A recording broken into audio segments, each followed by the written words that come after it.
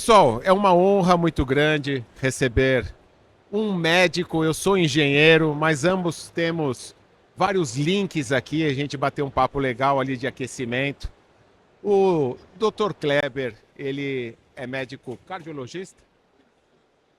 Fala no microfone. Clínica médica. Isso. Clínica médica. Eu passei por vários cardiologistas hoje e o diretamente de Recife, né? Você mora em Recife. Isso, exatamente. E ele é da MV Sistemas, uma das grandes do mercado, né? O mercado, a parte de sistemas de gestão hospitalar é muito bem conduzido pela MV, uma empresa brasileira, que acho importante a gente falar isso, né? Porque que orgulho a gente ter uma empresa brasileira fazendo um sucesso como esse. Já em mais de 10 hospitais, já em mais de 10 países atualmente a MV já está operando, mas é uma empresa brasileira. Sensacional, porque além de fazer sucesso aqui, né, pelo menos metade do mercado é MV, né? Pelo menos, eu acho. Indo para outros países. Isso é um orgulho. E aí a gente vai falar um pouquinho, né, do que a MV, inclusive, está vendo, está fazendo no mercado que está sendo dominado pela inteligência artificial. E é interessante ter um médico com esse ponto de vista, né? Então, eu queria que você, médico, trabalhando numa empresa de tecnologia, trouxesse um pouquinho da sua visão do impacto da inteligência artificial na saúde atualmente. Boa tarde a todos. Parte do exercício que eu faço, Renato, é a questão do que tem de hype na tecnologia, né? Então, assim, a tecnologia ela é um tipo de indústria diferente. Eu, né, já estou nessa brincadeira aí de saúde digital há mais de 20 anos com o tempo é que eu fui me acostumando, né? Que se assimila coisa nova na tecnologia de uma forma muito mais tranquila, né? As pessoas buscam do que na área da saúde. A gente tende a ser mais conservador, apesar da quantidade de publicação que a gente tem, novidade que a gente tem na área da saúde, mas a gente tem, digamos assim, alguns crivos para pegar algo novo e começar a incorporar na prática, né? Até porque a gente aprendeu com os erros do passado, né? Drogas que fizeram mal à saúde das pessoas, procedimentos que foram inadequados e que a gente premiou de repente com um Nobel. Então, assim, a gente foi aprendendo com o passar dos séculos que a gente precisa de alguns crivos antes das novidades entrarem no dia a dia. E meu exercício junto à tecnologia é um pouquinho de entender isso também. Quando vem desse hype, dessas novidades, dessas super tecnologias, o que é que dá para a gente espremer ali e conseguir aplicar que tenha valor de forma segura para o paciente. IA, essa onda da IA, né, a gente falou mais cedo, né? A gente já teve algumas ondas de IA. Inteligência artificial é uma coisa que, né, já tem algumas décadas, né? Já tem uma lista enorme do FDA, quem quiser olhar lá, de dispositivos com IA embarcada. Então, talvez dentro dos hospitais a gente já esteja usando aí os dispositivos com IA dentro, que talvez não estivesse nem sabendo que tinha IA. Mas essa onda agora da IA generativa trouxe esse acesso mais democratizado e a gente está fazendo esse exercício de entender desse barulho todo aí aquilo que a gente consegue realmente trazer valor. E aí eu acabei de fazer uma sessão aqui antes do almoço com a doutora Andréia, cardiologista, ela sim, e ela escreveu um livro sobre domar os rinocerontes, né? Tudo que está acontecendo por aí, como você conduz, ela trouxe um lado muito humano da medicina. Então a gente sabe que as pessoas, no final das contas, acabam fazendo a grande diferença dentro desse processo das jornadas de transformação. E como você, médico, está liderando processos de tecnologia? Porque a gente está falando da pessoa médico que tem uma formação hard skill para a área médica, né? Então a gente vê hoje os médicos muito bem formados de maneira técnica, mas normalmente não são empreendedores, não são pessoas de tecnologia. Eu queria que você falasse um pouquinho de você dentro da sua jornada, como é que você foi para aí e hoje você equilibra os pratos, não é isso? Exato, essa minha trajetória, eu acho que eu vivi um momento histórico, né, da entrada da microinformática, né, da entrada de internet dentro de universidade. Então, eu era aquela figura, digamos assim, que era o early adopter, né? Então eu meio que saí na frente em alguns sentidos pelo momento que eu estava vivendo, de surfar esta onda, digamos assim, como todos nós agora estamos surfando a onda da IA, e talvez daqui a 20, 30, 50 anos não faça muito sentido, né? Porque vai ser uma coisa natural. Então, eu acho que eu estava no lugar certo, no momento certo, e para mim era muito natural olhar para aquilo e dizer: isso é uma oportunidade de melhorar a saúde, é uma oportunidade de melhorar a medicina. Eu posso cuidar melhor do meu paciente com isso. Então, enquanto os colegas faziam o sumário de alta do paciente ali na mão, eu chegava, apontava um banco de dados, colocava, e aquele paciente era hepatopata, estava voltando o tempo todo, história muito parecida, eu conseguia resolver mais rápido, entregar um relatório, né, o sumário de autointernamento, para quem vai fazer a continuidade do cuidado com muito mais qualidade, com muito mais rapidez do que o meu amiguinho do lado. E a pessoa olhava e disse: pô, como é que tu faz? Ah, faz assim e vai. Então, tecnologia, é isso, a gente conseguir beber do mundo da tecnologia, né, e trazer o que faz sentido para a gente melhorar, né, seja um fluxo assistencial, seja o cuidado ali, é o exercício. Eu brinco que a gente traduz do Medicase para o Informaticase e do Informaticase para o Medicase. Porque o pessoal de tecnologia, às vezes, por melhor, mais bem intencionado que seja, né, o colega médico que fala ali, o clínico, o cirurgião, que ele está pedindo: o meu problema é esse, eu quero que você faça isso.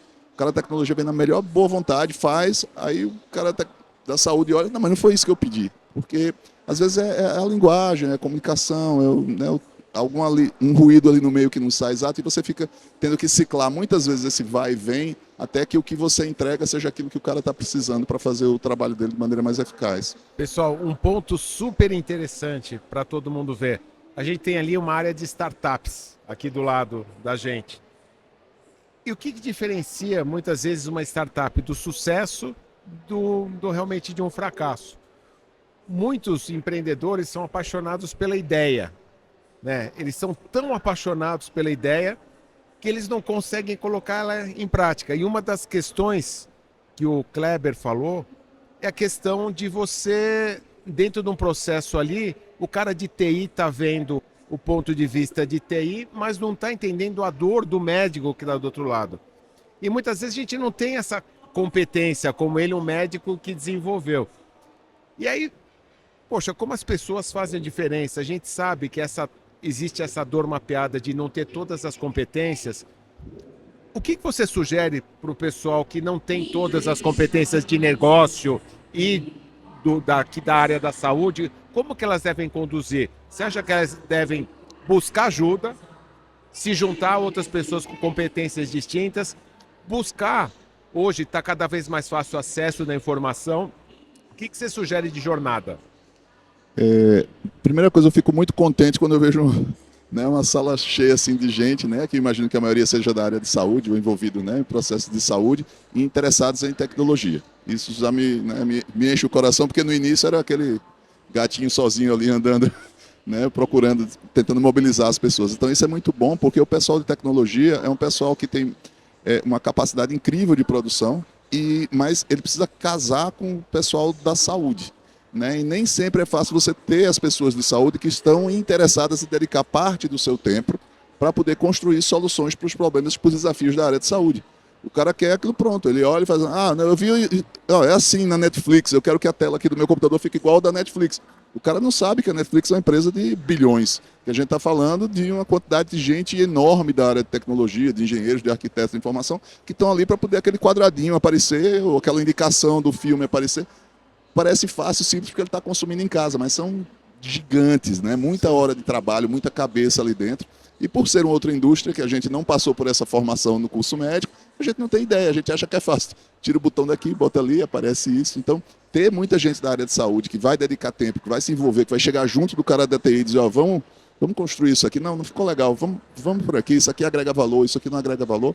É muito bom aí, é muito necessário para que as soluções tecnológicas realmente consigam facilitar a vida dos profissionais. Né? A gente tem um fenômeno que chama de fadiga de alerta, para dar um exemplo. Né? Uma descrição técnica, que são aqueles alertas, aqueles avisos que ficam apitando o cara, e o médico tem que ficar dizendo ok, né? Então chega um ponto que ele não está nem lendo mais o que é que está aparecendo. Entra no automático. Quer explodir o mundo? Quero. Tá? Então, assim, isso parte por quê? Porque a gente não está conseguindo ainda chegar num nível em que a gente consiga ter a necessidade do profissional e do paciente tão redondinha e afinada a ponto que a tecnologia chegue e ela consiga perceber que este é o momento exato para eu avisar este tipo de sinalização. E, lógico, isso está muito melhor do que estava antigamente, né? E espero que continue melhorando, principalmente com a questão da inteligência artificial agora. Mas aí precisa das pessoas de saúde junto da tecnologia para que as ferramentas consigam trazer mais valor. Você sabe, quando eu faço consultorias de transformação digital para as empresas, uma das primeiras coisas que eu faço para os projetos darem certo é montar um comitê com pessoas de competências diversas. E aí você está falando de inovação, transformação digital, aí você pega uma pessoa responsável por pessoas, por RH, né? Uma pessoa por operações, uma pessoa normalmente da área de tecnologia que precisa ter esse pilar, e aí você junta todos em cima de mesmos princípios. Então eu acho que esse tipo de coisa é super legal de ação para a gente ter algo colaborativo e sair para um resultado, múltiplas competências. Mas eu vou trazer um ponto que eu quero que você até traga a visão da MV. A MV não está no mercado à toa, não está em 8 países, alcançou o market share que alcançou. Dentro desse momento que você vê dores mapeadas, médicos com burnout, aquela pressão absurda que você tem tempo, tem resultado, como que você vê que a IA, a MV, que casos que você vê que elas vão poder ajudar e já estão ajudando médicos, profissionais de saúde e pacientes no final das contas? Eu acredito que essa janela que a gente está vivendo agora é uma janela muito feliz em termos de oportunidade para a área assistencial, né? Apesar de prontuário eletrônico, dessas tecnologias, né, virem para dentro de hospitais e de clínicas, historicamente não foi uma coisa que a gente viu, agrega valor para a segurança do paciente, para desfecho clínico, publicou na revista tal, vamos atrás disso aqui como um remédio, né, que seguiria esse caminho natural. Sim. Né? Foram outros mobilizadores, talvez. E a assistência estava presente, até porque precisava estar, mas talvez não fosse o principal, tá? Mobilizador. E agora não, nos últimos anos eu vejo um amadurecimento da indústria, né, da informática em saúde, trazendo a assistência como esse ponto de atenção maior, né? A questão da IA, as soluções que a gente está vendo agora para dentro do consultório, dentro do hospital, para o processo durante o atendimento. Então eu fico muito contente, que eu acho que agora sim eu estou vendo mais valor trazido para esse momento do cuidado, do que antes a gente tinha, mas era muito variado. Tipo assim, se a pessoa implementou bem o prontuário eletrônico, se ela fez bem a implementação, ótimo, ela vai ter um bom retorno. Mas se essa ferramenta não foi implementada da maneira adequada, o resultado talvez não seja tão positivo. E agora não, agora eu estou vendo assistencial como um foco, e lógico que isso é um trabalho, né, não estou falando de uma empresa única, é um movimento da indústria como um todo. Né, ainda há pouco na pergunta anterior que você falou, né, como as pessoas podem se aproximar. Você tem, por exemplo, a Sociedade Brasileira de Informática e Saúde, a SBIS, né, que tem ali, né, um corpo de profissionais que estão nessa luta, né, há décadas. Não? Então você tem um conjunto de conhecimento para quem não for da área e tiver interesse, né, ali você vai ter formações, você vai ter contato com especialistas da área, é um caminho para você começar a entender melhor e ficar aí nessa interface e melhorar as soluções, que é isso que a gente quer. Muito bom. Ontem, até comentei com você antes, a gente fez um painel olhando para soluções de inteligência artificial na saúde, propriamente dito, o que a IA está fazendo de diferença. E aí a gente estava aqui com o Ricardo, CMO do Grupo Afya, falando algumas coisas que ele tem aplicado, e estava com o Max, que é COO da Doutor AI. E a MV tem a Sofia. Eu queria que você falasse um pouquinho de maneira prática o que a Sofia na MV está fazendo de diferença dentro da jornada do paciente. A Sofia, né, e a Media AI é, né, o nome que a gente deu para não é uma inteligência artificial, tem várias, né? Então são as inteligências artificiais que vão estar disponíveis dentro dos produtos. É uma camada em que ela fica nas diversas soluções. Por exemplo, eu no meu consultório particular, eu uso lá o Clinic, né, que é o prontuário eletrônico lá para o consultório. A IA, ela está ali dentro. Tipo, eu não preciso ligar uma IA, eu tenho um microfone, eu falo com o paciente, eu tenho uma IA aqui que me ajuda a escrever o prontuário. Ela vai ficar ouvindo nossa conversa, ela vai redigir. Tem algum problema para você? Até agora não tem problema, já uso só, né, vários meses. Então você ligou o botãozinho, ela vai ficar gravando aqui do lado, né, o que está conversando, e aí nesse momento ela está gravando tudo, né, se o cara falou da vizinha, do time de futebol, se você perguntou do cachorro do paciente, está tudo escrito lá. Na hora em que ela né, sai da transcrição e que ela vai fazer a distribuição dessa informação no prontuário, ela exclui, né, ignora as informações que não são clinicamente relevantes e ela vai colocar aquilo que você definiu dentro do seu formulário ali como relevante. Né? Então, por exemplo, botei queixa principal, então ela vai pegar a queixa principal, ela vai distribuir, sei lá, cefaleia, 3 dias. Né? Aí, antecedentes familiares, pai com câncer de próstata. Então, ela vai distribuir a informação dentro do prontuário, e é uma grande vantagem, né? Antes eu usava uma solução standalone, né? Então eu tinha que copiar a informação aqui dessa plataforma para jogar no meu prontuário. Como eu uso dentro do próprio Clinic, dentro da própria solução, ela já joga automático, distribui, joga nos campos ali. Então é menos um copia e cola, menos um tempo que você gasta nesse processo. E aí, mais uma vez, é isso, é a tecnologia evoluindo para agregar valor. Foi muito engraçado quando eu comecei a usar. Porque quando eu estou usando, eu estou com vocês, a gente está fazendo a consulta, eu não preciso mais ficar com a tela aqui do computador. Olhando para o computador, sem interação com o paciente, que a doutora Andréa comentou muito sobre a questão da falta de humanização nas consultas, pressão para fazer a consulta em 15 minutos. Mas o engraçado é que, tipo, as primeiras vezes que eu usei, sim, eu não estava olhando para você. Eu continuava aqui, ó, sem fazer nada. Estava no automático. Eu não estava mais digitando, mas eu ficava aqui olhando e ela transcrevendo, eu sigo, sim, não sei o quê, eu voltava aqui para a tela e ficava... Incrível. Ou seja, até caía a ficha de que eu não precisava mais olhar para a tela, demorou um tempo, né? Então, incrível, incrível. E sob o ponto de vista de futuro, a gente está vendo agora que a jornada do paciente, da clínica, do hospital estão sendo realmente transformados e é um processo que está acontecendo de uma maneira muito rápida. Vamos falar um pouquinho da medicina do futuro, como você, como a MV, entendem que vão ser os próximos anos. Daqui uns 3, 5 anos, como que vocês acham, como a MV acha que vai estar o consultório do futuro? 3, 5 anos é forte, né? Pode ser 3, 5 dias, 3, 5 meses.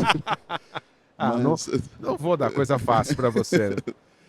Bom, o que é que eu acho que vai ter de futuro, né, do que a gente está vendo de potencialidade? Uma é que a gente dependa menos, enquanto médico, de memória. Né? Quem for médico, quem for profissional da área de saúde, a formação dele é muito baseada em fixação de conteúdo. Né? Então, você vai aprender anatomia, fisiologia, vai fazer aquilo ali, né? Milhares de termos novos que você, enquanto não é da área de saúde, você vai aprender. Então, é maciçamente focado em memória. A dependência de memória, eu tendo que vai ficar cada vez menos necessária para o ser humano operar, porque ele vai ter, né, a informação muito facilmente disponível. Para ele e para o paciente, que também vai chegar na consulta mais bem preparado. Né?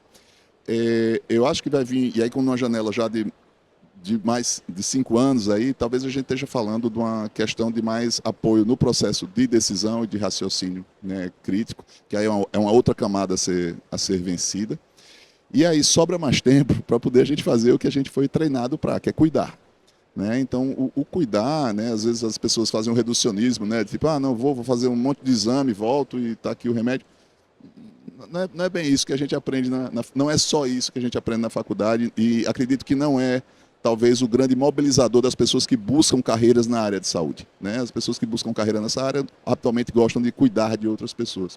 E o cuidar passa por conhecer, o cuidar passa por olhar no olho, por pegar na mão, por estar junto, por desenvolver uma relação de confiança e entender que o que pode fazer sentido para você, mesmo para a condução de uma mesma doença, na mesma situação clínica, pode não fazer sentido para o outro, não por conta de ciência, do trabalho que foi publicado, mas porque você opta por ser menos agressivo, você não gosta de coisa muito, muito intensa. E o outro, ele prefere ser agressivo. Se eu puder, eu quero ser operado. E você precisa conhecer o outro a ponto de você ajudar ele a navegar dentro, né, do universo de opções que a gente tem na saúde. Então, eu acho que a gente vai poder exercer, né, uma medicina de melhor qualidade, né, para os profissionais e para os pacientes, porque essas outras equações de fixação de memória, de relação, de dizer qual é a melhor opção para A ou para B, revisão da literatura, isso vai estar equacionado aí com tecnologia. Até porque, né, tem uma apresentação que eu faço, já não dá hoje em dia. Né? Às vezes a gente não toma consciência disso, mas já não dá. Tem um artigo da New England que ele coloca uma estimativa de duplicação de volume publicado científico dentro da área de saúde.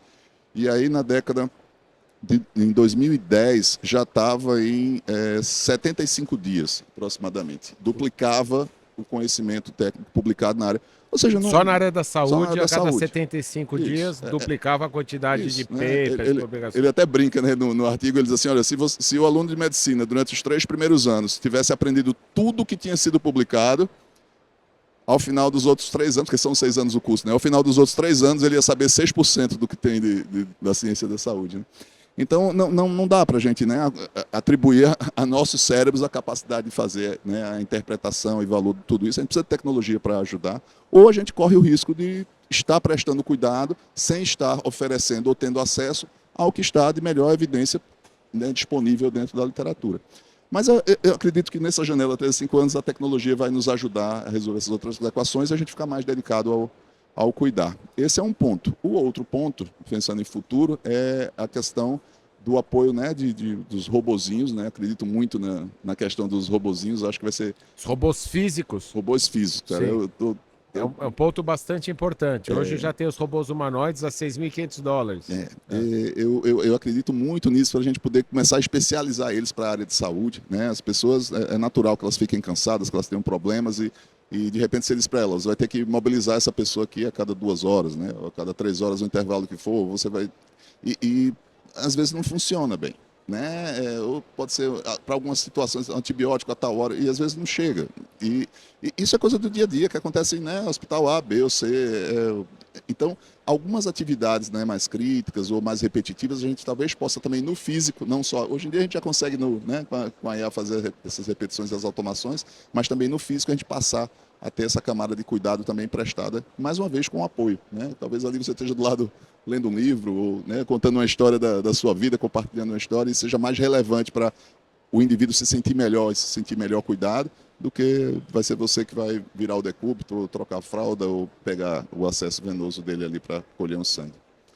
E Kleber, a gente está fazendo ainda exercícios aí de futuro, né? Você falou muito, talvez, como seu lado médico de pessoa. Esses seus princípios que você está levando e que a doutora Andréa trouxe para a gente também na última sessão, são fundamentais, né? No fundo, somos todos humanos e queremos ser cuidados por os humanos. Mas você está dentro de uma corporação que está inovando muito na área da saúde. Esses princípios são levados por uma grande corporação de tecnologia quando as soluções são desenvolvidas? Isso é muito legal, né? E aí falando especificamente ali do ecossistema da MV, né? É um conceito que a gente tem na área de saúde que é o de medicina centrada no paciente, né? Que é um verdadeiro movimento, né, dentro da saúde. E é muito, apesar de bonito, interessante o termo e o conceito, colocar isso na prática é desafiador, mesmo na prática de saúde. Estou nem falando de né, tecnologia digital.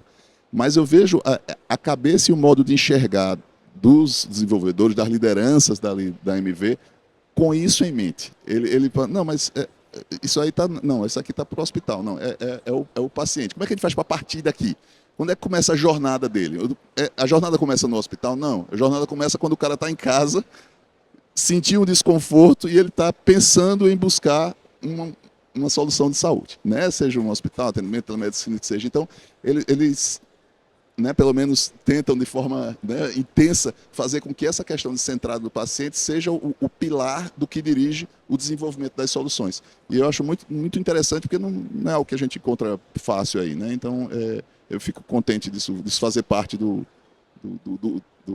pensamento geral da liderança. E potencializa um pouco aquela tua dor que você sentiu no início da sua jornada, quando você vê o cara da TI não entendendo nada e você falou, deixa eu fazer esse negócio. Poxa, isso foi crescendo de uma maneira a você ter uma grande corporação que está olhando para o ser humano no meio, porque no final das contas é para onde voltaremos e devemos focar nossas forças. E aí, Kleber, bom, já agradecendo, a gente está entrando aqui para os minutos finais, eu queria que você deixasse sua mensagem final, seja como cardiologista, seja como MV, né? O que você falaria para essa galera toda da área da saúde? Bom, gente, a mensagem que eu tinha é que quanto mais vocês puderem se aproximar da área de tecnologia, trazer suas dores, trazer suas ideias, né? A gente está no front, a gente está sentindo a necessidade, então não adianta chegar alguém com tecnologia mágica que, ó, se o médico se comportar assim, se a enfermeira fizer assado, se o paciente fizer assim, se o paciente fizer assado, aí vai funcionar aqui. Não, é ao contrário, né? É a gente dizer, olha, eu estou com esse abacaxi aqui para descascar, meu paciente está com esse gargalo, a experiência não está legal, eu estou tendo tal dificuldade, está consumindo muito meu tempo. E aí deixa o pessoal, né, que tem a massa cinzenta da tecnologia, né, se rasgar, discutir aí os algoritmos, como é que eles vão conseguir trazer soluções. E a gente dizer, ó, ajudou, não ajudou, vai por aqui, vai por ali. Essa combinação, né, esse misto de expertises, a gente tem uma chance maior de desenvolver soluções que, né, a gente possa cuidar melhor das pessoas e todo mundo saia ganhando. Excelente. E às vezes não precisa resolver todas as dores do mundo de uma vez só, né? Resolve uma, depois resolve outra. Bom, Kleber, como as pessoas te encontram? Que eu sei que você é muito forte nas redes sociais ou a MV, quais são as maneiras de contato? Tenho a minha. Aqui não tem, né? Não. Pronto. Tem o meu LinkedIn, eu vou ficar aqui. Quem tiver interesse, a gente pode, né, trocar contato aí, vou ficar um tempinho aí com vocês. Mas no LinkedIn tem como me achar lá, né? DR Kleber Araújo, e a gente pode trocar uma ideia. Pessoal, muito obrigado, Kleber. Vamos para a próxima, daqui a pouco Agradeço. tem mais.